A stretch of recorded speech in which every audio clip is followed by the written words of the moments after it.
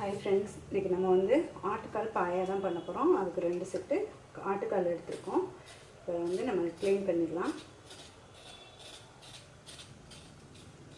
இந்த மாதிரி நல்லா சுத்தமாக நம்ம க்ளீன் பண்ணிக்குவோம். ரொம்ப கஷ்டம். முழு காலாக வாங்கி நம்ம வீட்டில் வாட்டி பண்ணுறது கொஞ்சம் கஷ்டமாக இருக்கும். அதனால் அவங்க கடையிலேயே நமக்கு பண்ணி கொடுத்து க்ளீன் பண்ணி வெட்டி கொடுத்து விட்டுறாங்க. நல்லா ஆட்டுக்கல்லாம் காய வச்சு ரொம்ப நாளைக்கு பண்ணுவாங்க. ஆமாம், ஆட்டுக்கால் குழம்பு, ஆட்டுக்கால் பாயா, ஆட்டுக்கால் சூப்புன்னு. அப்போ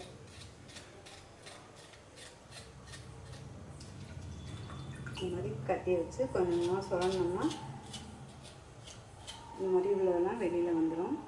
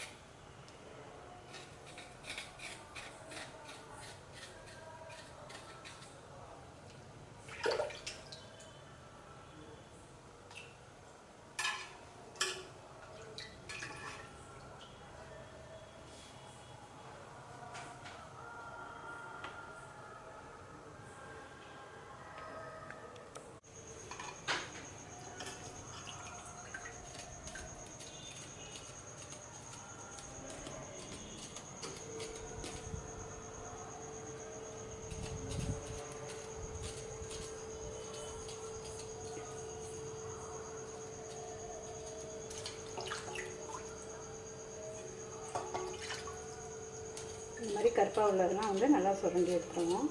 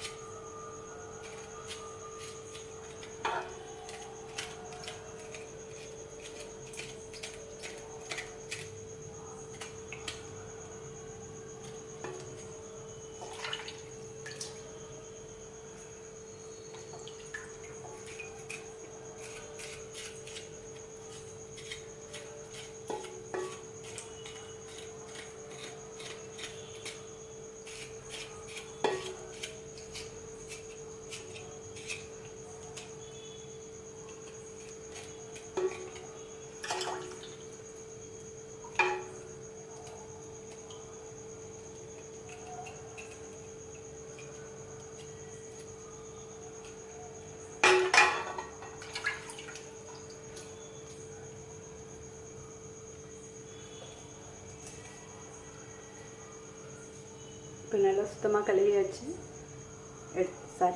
கழுவி தான் போட்டிருக்கோம். ஆனால் இப்போ நல்லா சுத்தமாக வந்து இந்த கருப்பெல்லாம் எடுத்துட்டோம். இந்த முடியெல்லாம் இல்லாமல் எடுத்தாச்சு. இப்போ வந்து நம்ம போய் சுத்தமாக வாஷ் பண்ணிட்டு வந்துடுவோம். இது 2 ஆட்டுக்கால் எடுத்து வச்சுருக்கோம். சுத்தமாக க்ளீன் பண்ணி வச்சாச்சு.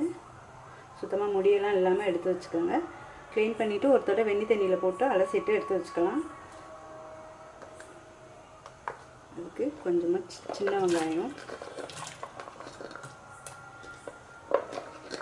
வெங்காயம் 2 பெரிய தக்காளி நான் எடுத்து வச்சுருக்கேன். ஒரு பச்சை மிளகாய், சின்ன பச்சை மிளகாய், பெரிய பச்சை மிளகாய் இருந்தால் 2 போதும், சின்னதாக இருந்ததுனால 4 போட்டிருக்கேன்.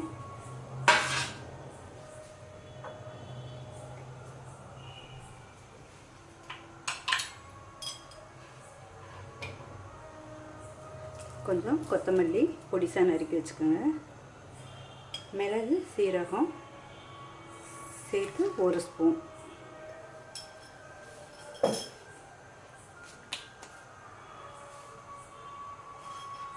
நான் போட்டது டேபிள் ஸ்பூன்.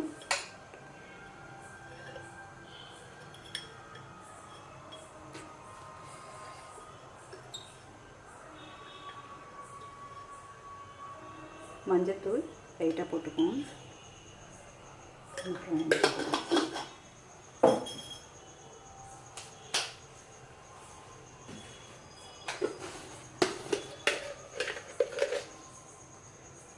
கொஞ்சம் தேவையான அளவு உப்பு போட்டுக்குவோம். கொஞ்சம் போட்டுக்கலாம், அப்புறத்தை பார்த்தாக்க போட்டுக்கலாம். போட்டு இதுக்கு வந்து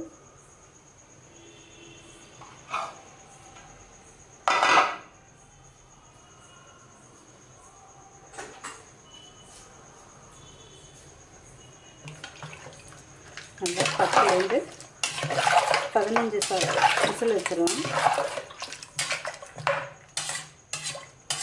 விசில் வர்றதுக்குள்ளேயும் நம்ம அடுத்து என்னென்னு ஏற்பாடு பண்ணி வச்சுக்கோம்.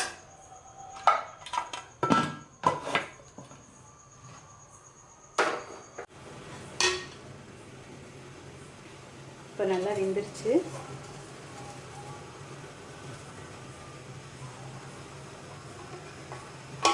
நல்லா கலந்துருச்சு பாருங்கள் வெந்து. இப்போ தாளிக்க ஆரம்பிச்சிடுவோம்.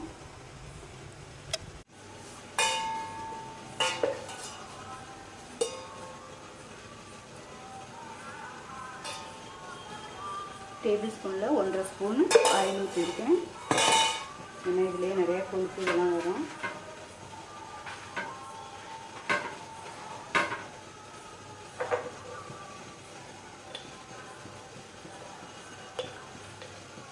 சோம்பு ஏற்கனவே வந்து தேங்காய் வச்சு அரைச்சிருக்கோம்.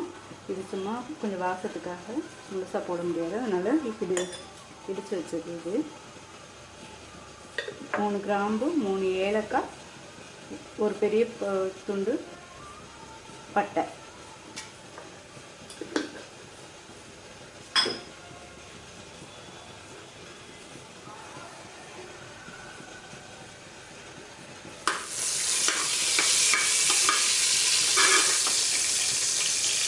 இப்போ இதில் ஒரு பச்சை மிளகாய், சின்ன மிளகாய், பச்சை மிளகாய்,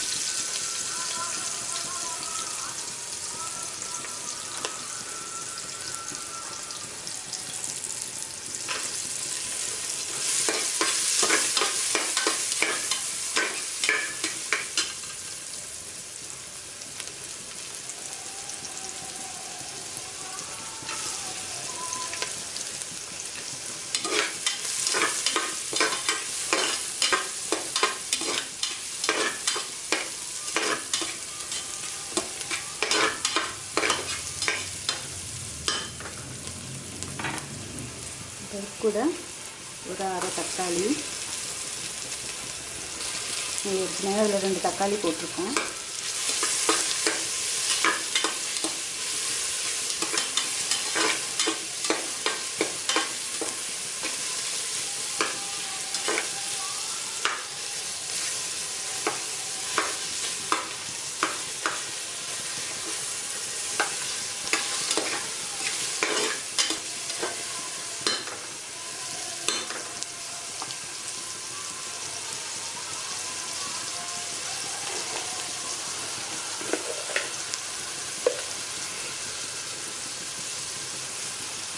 கொஞ்சமாக உப்பு போட்டுக்கோங்க. இப்போ பார்த்துட்டு போடுங்க.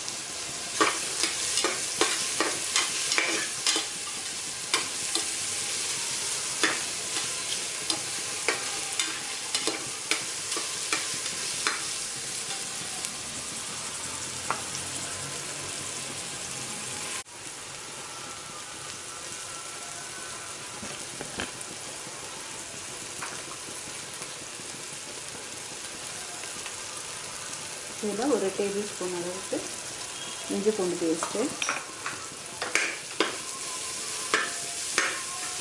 நல்லா பச்சை வாசம் போகிற வரையும் நல்லா வதக்கிடலாம்.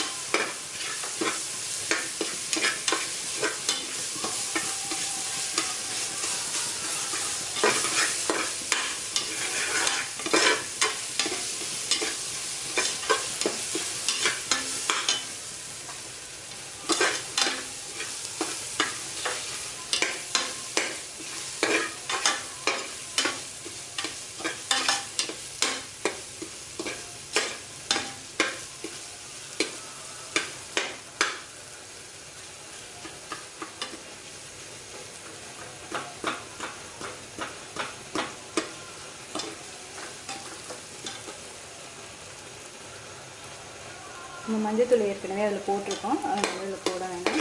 இன்னும் கொஞ்சம் மஞ்சளாக இருக்குன்னா நம்ம போட்டுக்கலாம். கொஞ்சம் வெள்ளை குருமா இருக்கிறதுனால கொஞ்சம் அந்த மஞ்சத்தூளோட கொஞ்சம் கலரை குறைச்சிக்கலாம்.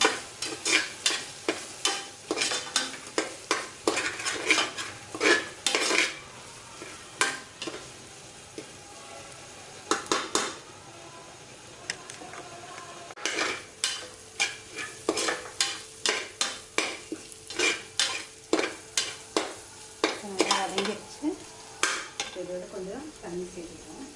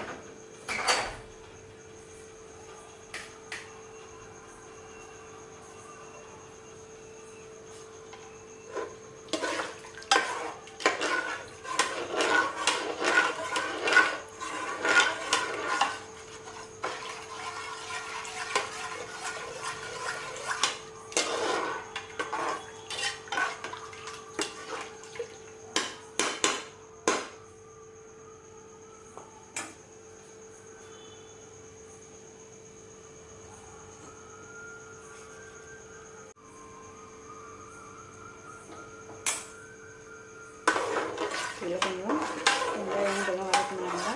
இதில் கொஞ்சம் தண்ணி மட்டும் ஊற்றி விடுப்போம்.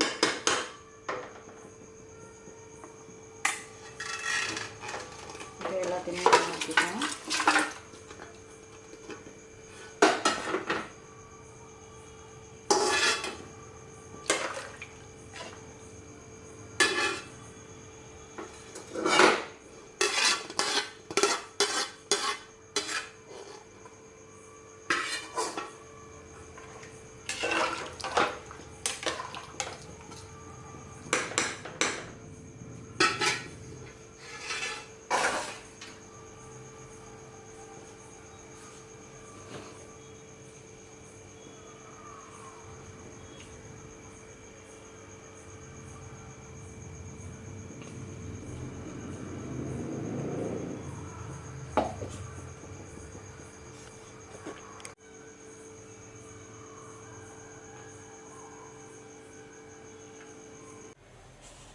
அரை மூடி தேங்காய் போட்டிருக்கேன்.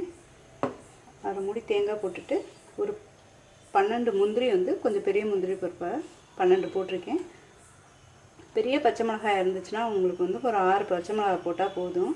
இது சின்ன பச்சை மிளகான்றதுனால அதில் ஏற்கனவே 4 போட்டிருக்கோம். இதில் ஒரு 10 பச்சை மிளகாய் போட்டிருக்கேன்.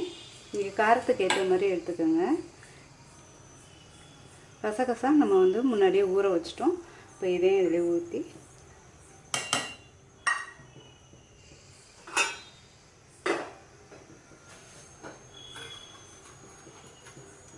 கொஞ்சம் சோம்பு இதோடு சேர்த்து அரைச்சிக்குவோம். சோம்பு ஃப்ளேவர் நல்லாயிருக்கும். இப்போ நைஸாக பேஸ்ட்டாக அரைச்சி எடுத்துக்குவோம். இப்போ கொதிக்க ஆரம்பிச்சிடுச்சு.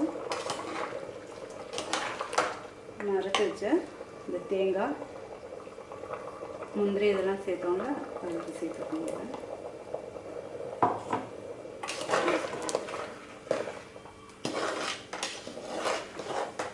ரொம்பவும் தண்ணியாக இருந்தாலும் நல்லா இருக்காது, ரொம்பவும் திக்காக இருந்தாலும் நல்லா இருக்காது.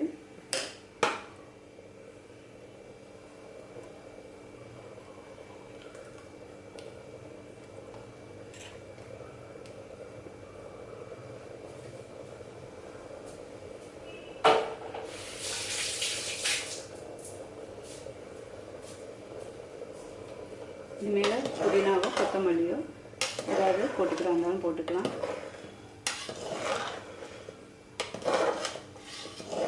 நம்ம வேகப்படும் போது நிறையா கொத்தமல்லி போட்டிருக்கோம், அதனால் கொதிக்க எதுவும் போடலை.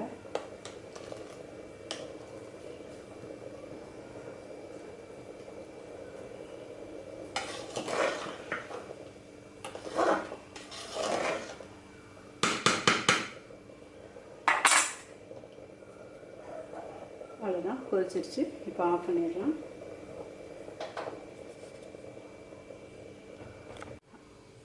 மாட்டுக்கால் பாயா சூப்பராக ரெடி ஆகிடுச்சு. இப்போ அதுக்கு இடியாப்பம் பண்ணி வச்சுருக்கோம். அடுத்த வீடியோவில் பார்க்கலாம் ஃப்ரெண்ட்ஸ்.